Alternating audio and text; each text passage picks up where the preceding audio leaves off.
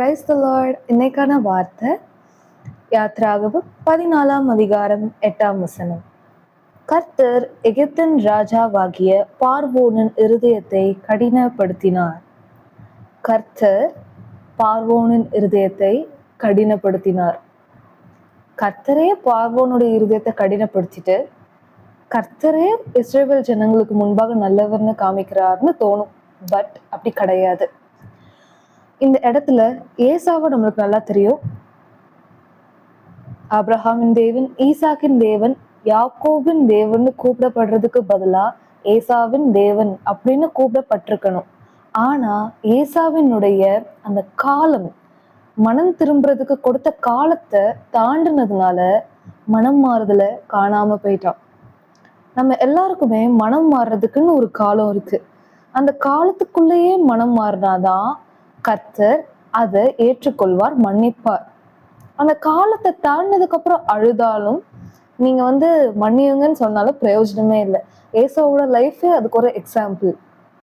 அப்போ ஏசாவை போல பார்வோனுக்கும் கர்த்தர் நிறைய தருணங்களை கொடுத்திருப்பாரு மனம் திரும்புறதுக்கு. ஆனா அது எல்லாமே தட்டிட்டே வந்ததுனால, அது எல்லாத்தையுமே யூஸ் பண்ணாததுனால கர்த்தர் அந்த மனம் மாறுகிற, அந்த மனம் திரும்புகிற அந்த காலம் முடிஞ்சிருச்சு அப்படிங்கிறத கர்த்தருக்கு தெரிஞ்சதுனால கர்த்தர் கண்டிப்பா நீ நரகத்துக்கு தான் அப்படின்னு ஃபிக்ஸ் பண்ணிட்டார். இன்னைக்கும் மனம் திரும்புகிற அந்த காலத்துக்குள்ளேயே மனம் மாறுறதுக்கு நீங்க எச்சரிக்கையா இருங்க. சங்கீதம் 2ஆம் அதிகாரம் 12ஆம் வசனத்தை பாருங்க. குமாரன் கோபம் கொள்ளாமலும் நீங்கள் வழியிலே அழியாமலும் இருக்கும்படிக்கு அவரை முத்தம் செய்யுங்கள். கோபம்ங்கிறது 2 விஷயத்தை குறிக்குது. முதல் விஷயம் ஜட்ஜ்மெண்ட், 2வது விஷயம் மனம் திரும்புகிற அந்த காலம், அதை குறிக்குது. அந்த காலத்தை வேஸ்ட் பண்ணிட்டு அடுத்த காலத்துல என்ட்ரு ஆகுறீங்கல்ல, அந்த அடுத்த காலத்தை குறிக்குது.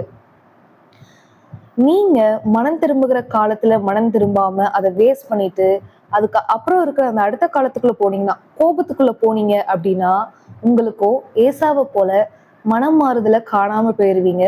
இல்லைன்னா நீங்களும் பார்வோனை போல கர்த்தர் உங்களுடைய இருதயத்தை கடினப்படுத்தி கடினப்படுத்தி கடினப்படுத்தி நரகத்துக்கு தள்ளிடுவார். 2 பேருடைய நிலைமையும் பரிதாபமான நிலைமை தான். 2 பேருடைய நிலைமையும் யாருக்கும் வரக்கூடாது. அப்படின்னா மனம் திரும்ப கொடுக்கப்பட்ட இந்த காலத்துக்குள்ளேயே, கோபத்துக்கு முன்னாடி கொடுக்கப்பட்ட இந்த காலத்துக்குள்ளேயே அவரை முத்தம் செய்யணும் அப்படின்னு வேதம் சொல்லுது. முத்தம் செய்யறதுன்னா என்னது?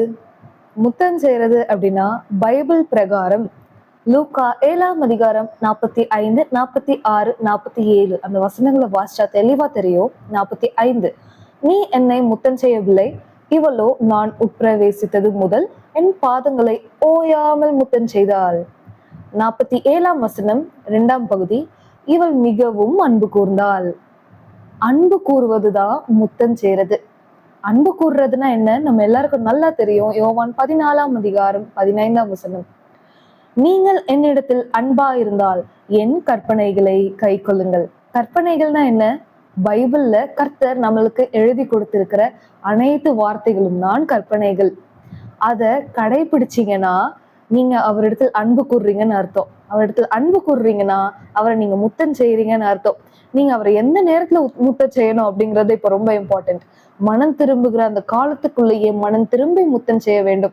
மனம் திரும்புகிற காலம் முடிஞ்சதுக்கு அப்புறம் இல்ல, அப்புறம் செஞ்சா யூஸ் இல்ல. அப்புறம் செஞ்சா ஏசாவோட நிலைமை இல்ல பார்வோனோட நிலைமை தான் நம்மளுக்கு சேரும். அப்போ நம்ம இன்னைக்கு ஒரு விஷயம் நல்லா தெரிஞ்சுக்கிட்டோம். மனம் திரும்புகிற காலத்தை வீணடிக்க கூடாது. வீணடிச்சா ஏசாவை போல மனம் மாறுதல காணாம போயிருவோம். இல்ல பார்வோனை போல கர்த்தர் நம்மளுடைய இருதயத்தை கடினப்படுத்தி கடினப்படுத்தி கடினப்படுத்தி நரகத்துக்கு நேராய் நம்மளை நடத்திடுவாரு. மனம் திரும்புகிற காலத்துக்குள்ளவே நாம கர்த்தரிடத்தில் அன்பு கூறணும். அவருடைய கற்பனைகளை கை கொள்ளணும். அவரை அன்பு கூர்ந்து முத்தம் செய்யணும். எப்போ? மனம் திரும்புகிற அந்த காலத்துக்குள்ளேயே, குறிப்பிட்ட அந்த காலத்துக்குள்ளேயே. அந்த காலத்தை முடிஞ்சதுக்கு அப்புறமா, அந்த காலம் எண்டானதுக்கு அப்புறமா நீங்க கர்த்தருடைய கற்பனைகளை கடைபிடித்து கர்த்தரிடத்தில் அன்பு கூர்ந்து கர்த்தரை முத்தம் செய்து ஒரு பிரயோஜனமும் இல்லை. உங்களுடைய நிலைமை ஏசா இல்ல பார்வோனை போல ஆயிடும். அப்படி ஆகாதபடிக்கு எச்சரிக்கையா இருங்க. God bless you.